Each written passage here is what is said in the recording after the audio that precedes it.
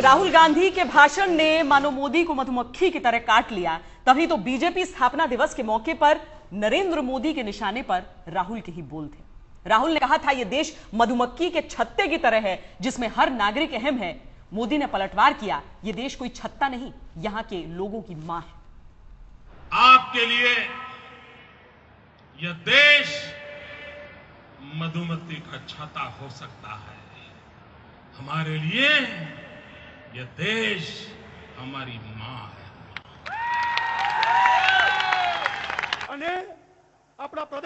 आज मौका था और ऐसे मौकों पर सियासी चौका मारना नरेंद्र मोदी को खूब आता है। सीधे सीधे टारगेट पर राहुल गांधी। ये बात और है कि मोदी ने सीधा सीधा नाम नहीं लिया। कांग्रेस जिन पर आस लगा करके बैठी है, जिनके शब्द कांग्रेस की नीति माने जाते हैं, ऐसा एक नेता का 2 दिन पूर्व मैंने एक भाषण सुना। मित्र, मुझे बहुत गहरा धक्का लगा, मन को पीड़ा हुई। क्या ये लोग देश के विषय में ऐसा सोचते हैं? भाइयों बहनों, कांग्रेस का एक नेता कह रहे हैं, कांग्रेस पार्टी की सोच को प्रकट कर रहे हैं। वो कहते हैं ये भारत देश मधुमक्खी का छाता है। मधुपुड़ो छे मधुपुड़ो। अब मोदी इतने भन्नाए हुए क्यों हैं? आप ये भी सुन लीजिए। असल में राहुल गांधी ने 2 दिन पहले सीआईआई के मंच से देश की तुलना मधुमक्खी के छत्ते से कर दी थी। जरा सुन लीजिए कि राहुल ने क्या कहा था। We're a beehive. We're a beehive. And it's funny, but think about it. मानो मोदी को ऐसे ही किसी बयान का इंतजार था। राहुल गांधी के बोल पर मोदी ने करारा वार किया। बोले ये देश मधुमक्खी का छत्ता उनके लिए होगा, यहाँ के लोगों के लिए ये देश उनकी मां है। ये भारत मेरी माता है, उसके 100 करोड़ देशवासी हमारे भाई बहन हैं। ये पवित्र भूमि है, ये ऋषियों की मुनियों की भूमि है। अटल बिहारी वाजपेयी कहा करते थे, यहां का कंकर कंकर हमारे लिए शंकर है। अटल बिहारी वाजपेयी कहा करते थे कि गंगा जी में बहती हुई हमारी हड्डी को कान लगाकर सुनोगे तो उस हड्डी में से भी आवाज आएगी, भारत माता की जय। ये हमारे संस्कार है, हमारे लिए मां है मां। इस मां की पीड़ा हम देख नहीं सकते। यह हमारी मां है जिसके संतानों का दुख दर्द हमारी चिंता का कारण है। आपके लिए ये मधुमक्खी का छाता हो सकता है, हमारे लिए मां है। और मेहरबानी करके कांग्रेस के मित्र, हमारी भारत मां का अपमान मत करो।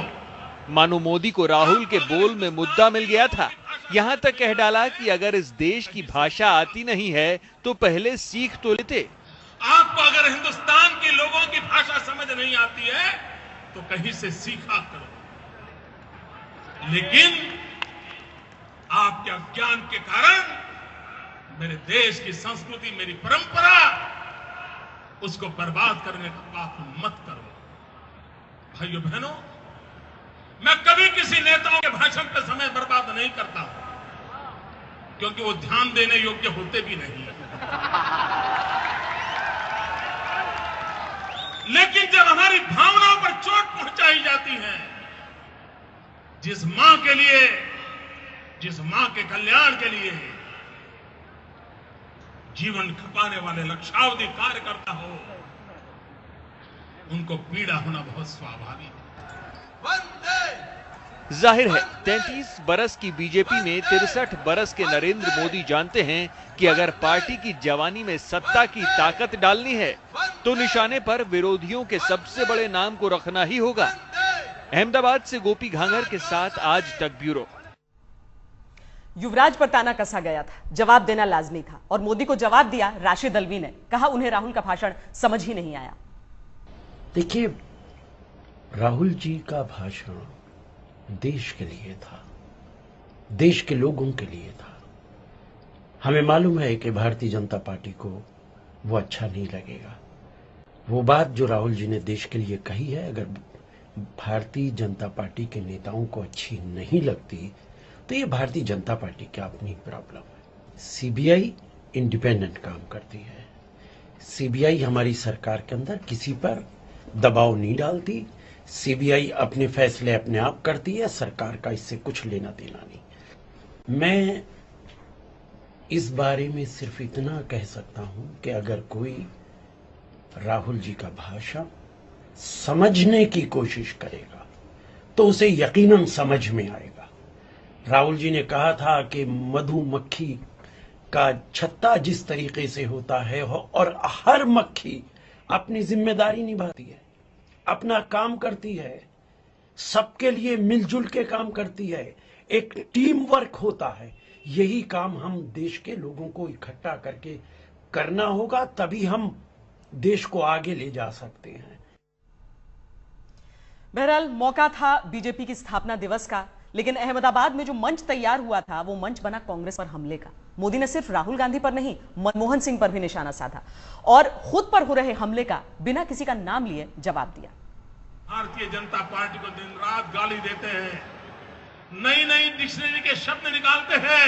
वे कान खोल करके सुन लीजिए, आप भारतीय जनता पार्टी पर जितना कीचड़ उछालोगे कमल उतना ही ज्यादा खिलने वाला है, कमल उतना ही ज्यादा खिलने वाला है। और जब सामने खचाखच भरी भीड़ हो तो नरेंद्र मोदी भला कहां रुकने वाले। निशाने पर थे कांग्रेस के तीखे हो चुके तेवर और जवाब में तरकश से तीर निकला केंद्र सरकार की ओर। बहाना था सीबीआई और गवर्नर के पद के दुरुपयोग का कि आपकी सीबीआई के हमले भारतीय जनता पार्टी को निराश करेंगे। आप गलती कर रहे हैं, सोच। आपको लगता है कि आपके गवर्नरों के माध्यम से आप भारतीय जनता पार्टी की सरकारों को परेशान करोगे। आप लिख के रखिए, जहां भाजपा की सरकारें हैं वहां की जनता दिल्ली सरकार के और कांग्रेस पार्टी के इस रवैयों का चुन चुन करके जवाब देती है और देती रहेगी। ये बात अलग है कि नरेंद्र मोदी जिस गुजरात में विकास की डुगडुगी पीट रहे हैं, उसी गुजरात में हुए दंगे को लेकर कांग्रेस लगातार हमला कर रहा है। कभी भैंसे की सवारी करने वाले मौत के देवता यमराज बताकर, तो कभी पूरे देश को गुजरात बना देने का डर दिखाकर। अगर राहुल जी का इशारा नरेंद्र मोदी जी की तरफ होता, उन्होंने कहा कि घोड़े पर बैठकर, तो वो कोई मसीहा आए और आप समझे कि मसीहा सारे हालात बदल देगा, ऐसा मुमकिन नहीं। हम सबको मिलके ही हालात बदलना होगा। नरेंद्र मोदी जी की तरफ अगर इशारा करना होता तो वो घोड़े पे नहीं कहते, भैंसे पर कहते। गुजरात के मुख्यमंत्री के बयानों पर कभी कभी बहुत चिंता होती है, और चिंता इस बात की कि शायद भारत में या भारत के बाकी हिस्सों में उनकी वही करने की मंशा ना हो जो उन्होंने गुजरात में 2002 में किया था। मोदी शायद इन सवालों के जवाब नहीं देना चाहते और दिल्ली की ओर कदम बढ़ा रहे गुजरात के मुख्यमंत्री ने सियासी चाल बदल दी है। यमराज के बयान पर मोदी ने पलटवार किया कि जवाब जनता देगी। कांग्रेस पार्टी से सुधरने की अपेक्षा मत करो, वो कभी नहीं सुधर सकती। इस चुनाव में गुजरात की जनता ने जिस प्रकार से कांग्रेस पार्टी को सजा की है, जिस प्रकार से उनके एक एक दिग्गज नेताओं को इस देश गुजरात की जनता ने परास्त कर दिया है, जो भाषा का वो पिछले 5 साल से प्रयोग कर रहे थे, जिस झूठ के सहारे गुजरात की जनता को गुमराह करने का रात दिन प्रयास कर रहे थे, जिस गंदी गालियों का उपयोग किया जा रहा था, गुजरात की जनता ने उस भाषा को बोलने वालों को चुन चुन करके साफ कर दिया। मौका भले ही बीजेपी के स्थापना दिवस का हो, लेकिन मोदी ने मंच का इस्तेमाल किया कांग्रेस को जवाब देने के लिए। अहमदाबाद से गोपी खांगर के साथ आज तक ब्यूरो। दरअसल मोदी की जुबान पर भले ही यमराज शब्द नहीं था, पर पार्टी अध्यक्ष की जुबान पर यमराज शब्द था। गुजरात में मोदी के नाथ बनकर सामने आए राजनाथ, और कांग्रेस को उन्होंने भी जवाब दिया। इस समय हमारे हिंदुस्तान का सर्वाधिक लोकप्रिय नेता यदि कोई है तो वह गुजरात के मुख्यमंत्री यशस्वी नरेंद्र भाई हैं। इसलिए मैं पहले विचार व्यक्त करूंगा, उसके बाद ही नरेंद्र भाई अपने विचार व्यक्त करेंगे।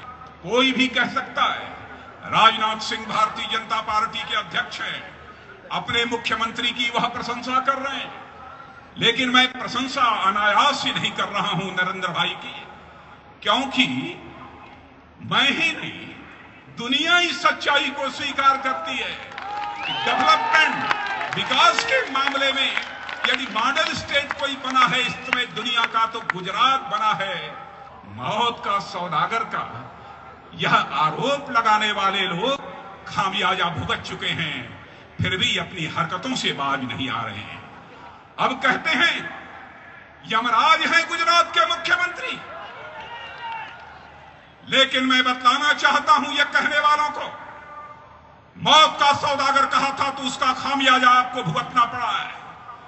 आपने इस बार यमराज कहा है, हम कुछ नहीं कहना चाहते। हिंदुस्तान की जनता आपको इसका सबक सिखा देगी। 2014 के चुनाव परिणामों की प्रतीक्षा है। एक युवराज है, युवराज ने कहा ऐसा नहीं है कि कोई घोड़े पर बैठकर आएगा, घोड़े पर बैठकर आएगा और इस देश का भविष्य बदल देगा। मैं बतलाना चाहता हूं युवराज, घोड़े पर बैठकर भारतीय जनता पार्टी का कोई नेता नहीं आएगा। आएगा तो जिस्म का पसीना बहाते हुए गांव गरीब और किसानों के बीच से पैदल चलकर आएगा। घोड़े पर बैठकर नहीं आएगा। घोड़े पर बैठकर, हाथी पर बैठकर, भैंसे पर बैठकर यदि कोई आएगा, आपकी पार्टी का आ सकता है, हमारी पार्टी का कोई नहीं आएगा। अहमदाबाद में बीजेपी का समारोह एक स्टेडियम में था, लेकिन मुख्यमंत्री नरेंद्र मोदी का जलवा एयरपोर्ट से नजर आने लगा, जहां वो राजनाथ सिंह की अगवानी के लिए पहुंचे। उस वक्त से लेकर समारोह के आखिरी क्षण तक मोदी मोदी और बस मोदी दिखाई दिए और मोदी ही सुनाई दिए। बीजेपी के नेता और पार्टी के कार्यकर्ताओं की नजर में हकीकत यही नजर आती है कि सिर्फ एक मोदी ही है। इन तस्वीरों में आप भी देख सकते हैं कि गुजरात के मुख्यमंत्री नरेंद्र मोदी ने किस तरीके से कुछ घंटों के दरमियान अपना शक्ति प्रदर्शन किया। मोदी ने अहमदाबाद में शक्ति प्रदर्शन किया, लेकिन उससे पहले दिल्ली में प्रधानमंत्री पद की दावेदारी को लेकर गूंज चुका था लाल कृष्ण आडवाणी का नाम। बीजेपी नेता विजय गोयल ने भरे मंच से आडवाणी की दावेदारी आगे की और यू टर्न भी ले लिया, लेकिन पार्टी में खेमेबंदी साफ नजर आने लगी। उस यात्रा के प्रत्यक्ष यात्री जो रहे, दिल्ली में दिग्गजों की ये जमात जुटी तो थी बीजेपी की सालगिरह मनाने के लिए, लेकिन तलवारें खिंच गईं प्रधानमंत्री पद की दावेदारी को लेकर। एक ऐसा मुद्दा जिस पर 33 साल की हो गई बीजेपी में 66 कलह उजागर हो चुके हैं।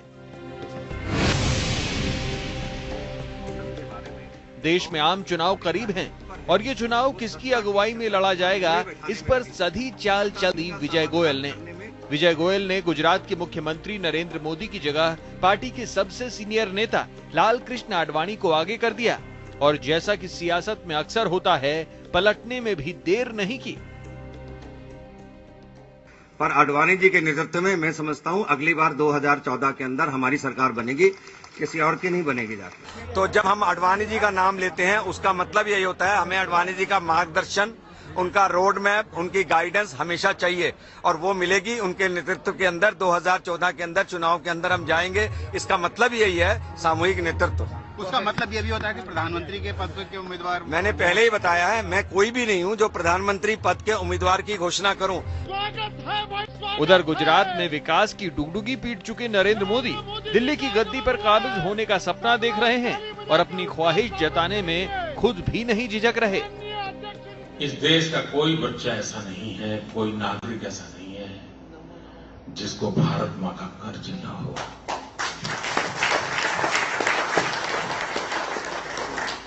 भारत मां का कर्ज सिर्फ मोदी के ऊपर नहीं, हम सबके ऊपर है।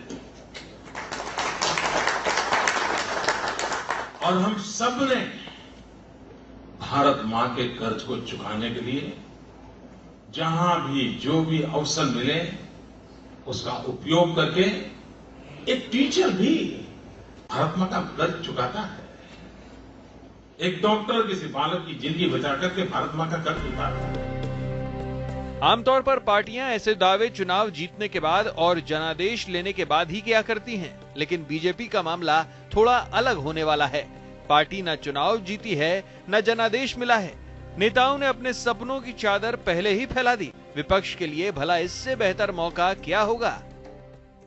विजय गोयल कह रहे हैं आडवाणी जी प्राइम मिनिस्टर के कैंडिडेट हैं, कुछ लोग कह रहे हैं नरेंद्र मोदी जी प्राइम मिनिस्टर के कैंडिडेट हैं, बाकी 7-8 कैंडिडेट ऑलरेडी अपना धक्का लगा रहे हैं।